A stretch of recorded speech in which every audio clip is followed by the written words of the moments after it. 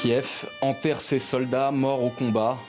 Une scène devenue banale après plus de 3 ans de guerre.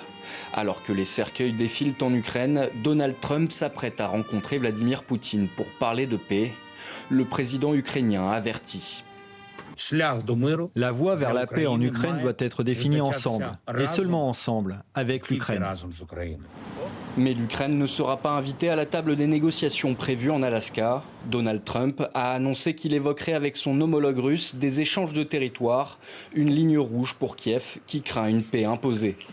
Vous savez, beaucoup de Russes sont morts, beaucoup d'Ukrainiens sont morts. Nous examinons donc la situation. Il y aura des échanges de territoires au bénéfice de chacun. Écartés eux aussi des négociations à venir, les principaux dirigeants européens ont appelé dans un communiqué à maintenir la pression sur la Russie pour négocier la paix et réitérer leur soutien à l'Ukraine.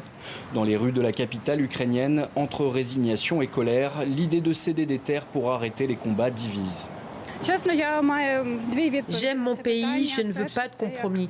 Mais mon père se bat, ma mère vit sous les bombes. Je veux que ça s'arrête, même si je comprends que beaucoup vont perdre leur maison.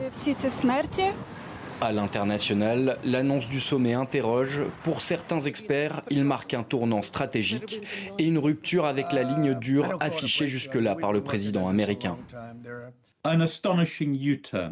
C'est un revirement spectaculaire. Le recul le plus catégorique par rapport à l'échéance fixée par Trump. Plutôt que d'imposer des sanctions ou de mettre ses menaces à exécution, il semble avoir récompensé Poutine de manière extraordinaire en acceptant de participer à un sommet. Un rendez-vous en terrain symbolique dans l'État américain le plus proche de la Russie, ancien territoire russe cédé aux États-Unis, sans Volodymyr Zelensky, mais avec Vladimir Poutine, et une idée bien précise de ce que pourrait être la paix version Donald Trump.